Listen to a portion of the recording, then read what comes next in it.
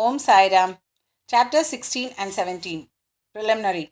The last chapter described how Mr. Cholker's vow of small offering was completed and accepted.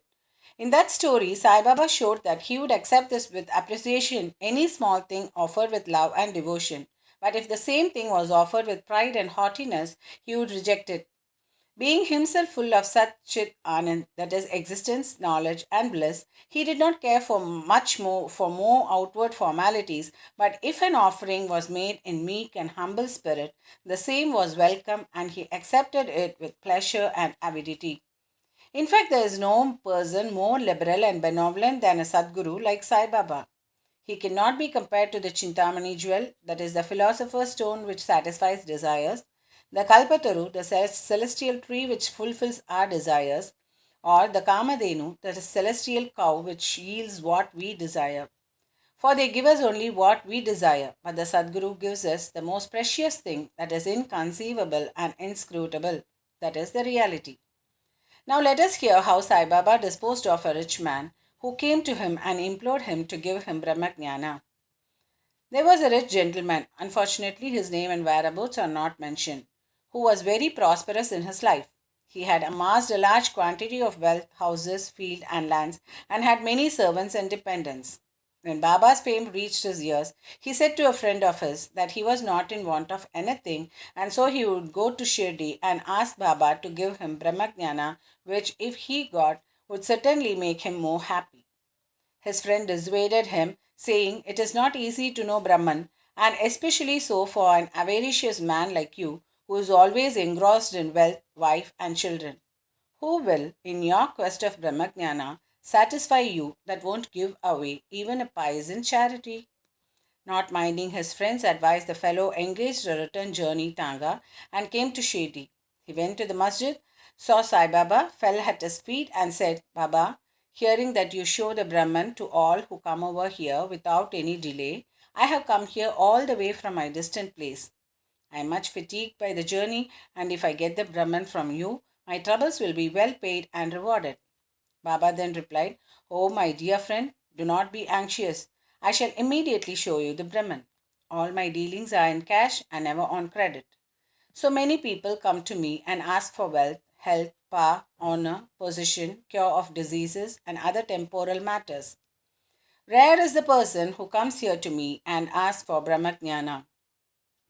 There is no dearth of persons asking for worldly things, but as persons interested in spiritual matters are very rare, I think it a lucky and auspicious moment when persons like you come and press me for Brahmajnana. So I show to you with pleasure the Brahman with all its accompaniments and complications." Saying this, Baba started to show him the Brahman. He made him sit there and engaged him in some other talk or affair, and thus made him forget his question for the time being. Then he called a boy and told him to go to one Nandu Marwari and get from him a hand loan of rupees 5. The boy left and returned immediately, saying that Nandu was absent and his house was locked. Then Baba asked him to go to Bala Grocer and get from him the said loan. This time also the boy was unsuccessful. This experiment was repeated again twice or thrice with the same result.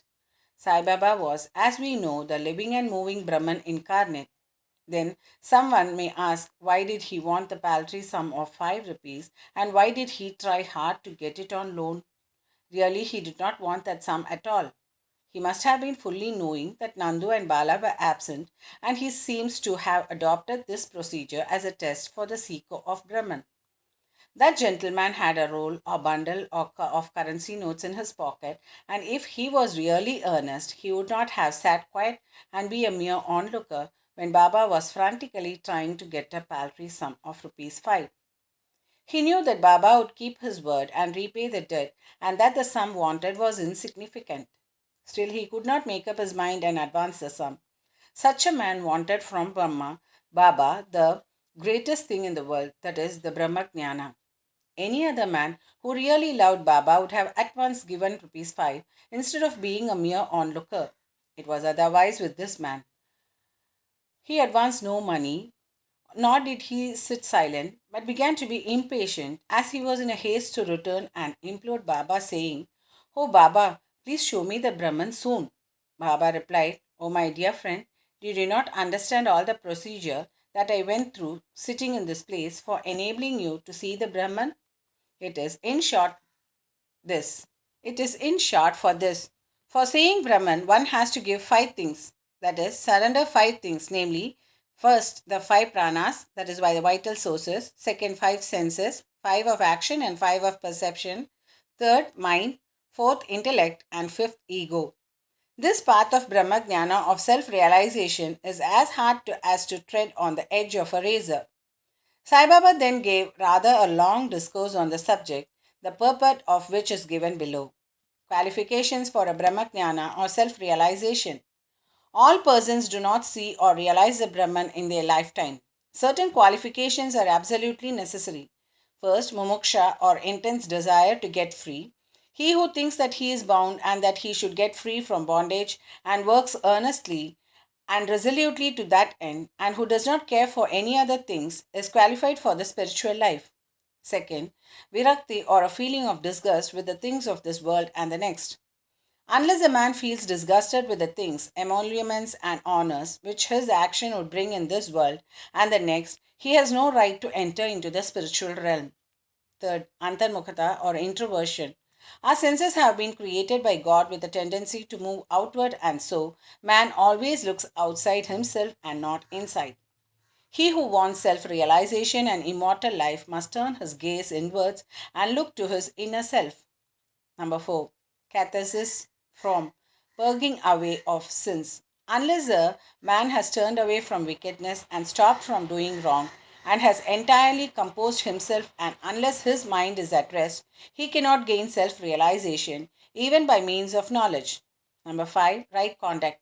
Unless a man leads a life of truth, penance, and insight, a life of celibacy, he cannot get God realization. 6. Preferring Shreyas, that is the good, to Preyas, that is the pleasant. There are two sorts of things, namely the good and the pleasant. The former deals with spiritual affairs and the latter with the mundane matters. Both these approach man for acceptance. He has to think and choose one of them. The wise man prefers the good to the pleasant, but the unwise, through greed and attachment, chooses the pleasant. Number 7. Control of the mind and the senses. The body is a chariot and the self is its master. Intellect is the charioteer and the mind is the reins. The senses are the horses and sense objects their path. He who has no understanding and whose mind is unrestrained, his senses unmanageable like the vicious horses of a charioteer, does not reach his destination, that is, get realization, but goes through the round of births and deaths. But he who has understanding and whose mind is restrained has his senses being under control, like the good horse of a charioteer, reaches that place, that is, the state of self realization, whence he is not born again. The man who has understanding as his charioteer guide and is able to rein his mind reaches the end of the journey, which is the supreme abode of the all pervading Vishnu, Lord. Number 8. Purification of the mind. Unless a man discharges satisfactorily and disinterestedly the duties of a station in life, his mind will not be purified, and unless his mind is that viveka, that is the discrimination between the unreal and the real, and the vairagya, that is the non attachment to the unreal, crop up and lead on to self realization. Unless egoism is dropped, avarice got rid of, and the mind made desireless, that is pure, self realization is not possible. The idea that I am the body is a great delusion, and attachment to this idea is the cause of bondage. Leave off this idea and attachment, therefore, if you want to get total the goal of self realization. Number 9. The necessity of a guru. The knowledge of the self is so subtle and mystic that no one could, by his own individual effort, ever hope to attain it. So, the help of another person, that is, a teacher, who has himself got self realization, is absolutely necessary. What others cannot give with great labor and pains can be easily gained with the help of such a teacher.